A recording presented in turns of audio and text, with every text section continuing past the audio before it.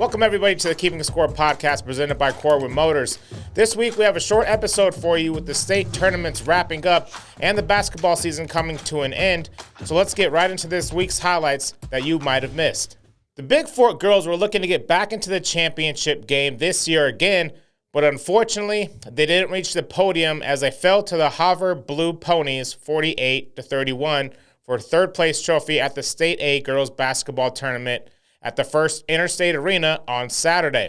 Bigfork, which ended 21-5 on the season, fell behind 15-4 early and trailed 21-8 at halftime.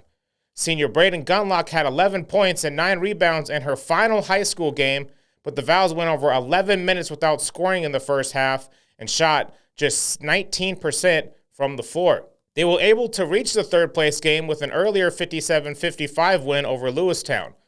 Braden once again led the way, scoring 30 points, including 2 tie-breaking free throws with 2 seconds left, and grabbed 14 rebounds as the Vows outlasted Lewistown. In an earlier matchup, they won 55-52 over Lockwood. In this game, Peyton led the team with 22 points, Braden added 20, but it was Kenny Wade's three-pointer with less than 2 minutes left in the game that put this one out of reach with an 8-point lead. The Valkyries had an uphill battle all weekend at the Class A state tournament as they lost their opener against Havre 49-37. Braden Gunlock scored 15 points and Sister Peyton added 11, but the team struggled to score and didn't get closer than 9 in the second half. Nevertheless, it was a great season for the Valkyries in just their second season in Class A, and Braden Gunlock's historical high school career comes to an end. Good luck to her as she continues her basketball career at BYU, and congratulations to Bigfork on another great season.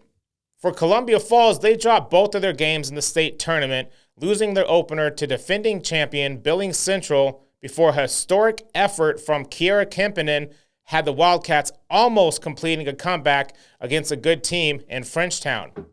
Kierra finished the game with 9 three-pointers, which was made to believe a Class A single-game high school girls record.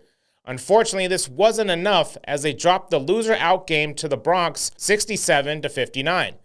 Taryn Borgen finished with 11 points, but in the end, the Cats struggled to get rebounds, which led to a lot of second-chance opportunities.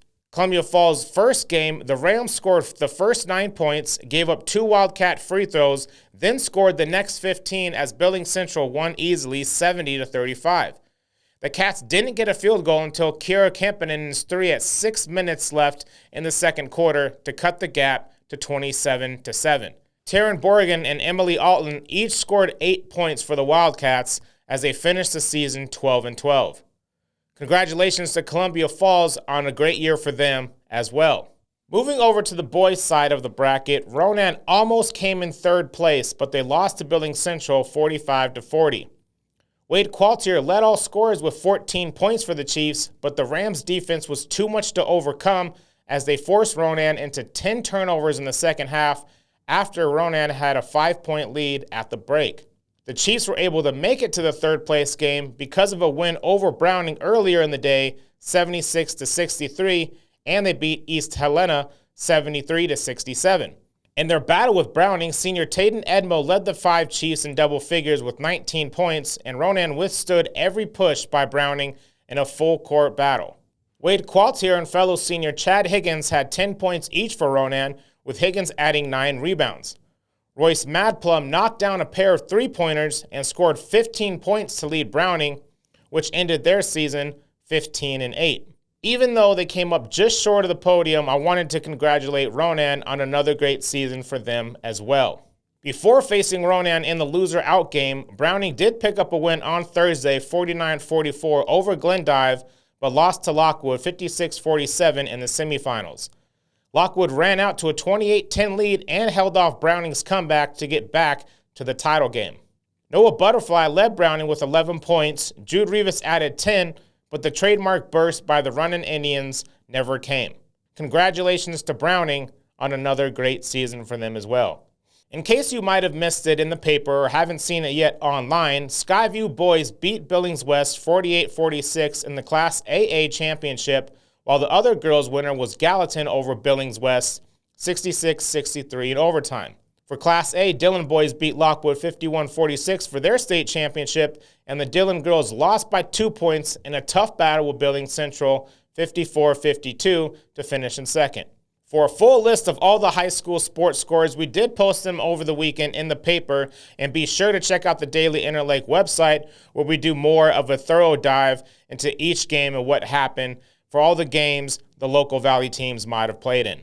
That is going to wrap up this week's episode of the Keeping Score podcast presented by Corwin Motors, as well as wrap up this year's winter sports season. The podcast will be taking the next few weeks off as we prepare for the spring season, so we'll see you all when that season begins. But until then, take care. Thanks to Corwin Motors for sponsoring the Keeping Score podcast. At Corwin Motors, they're proud to be family-driven for over 100 years. Their commitment goes beyond selling cars. They're dedicated to serving our community and providing you with the highest quality vehicles to fit your lifestyle. Whether you're searching for reliability, style, or comfort, they got you covered. They understand that you rely on their website for accurate and up-to-date information, and it's their promise to deliver relevant, detailed content that meets your needs. So if you're in the market for a new Chevrolet or just want to learn more, visit CorwinMotorsKalispell.com.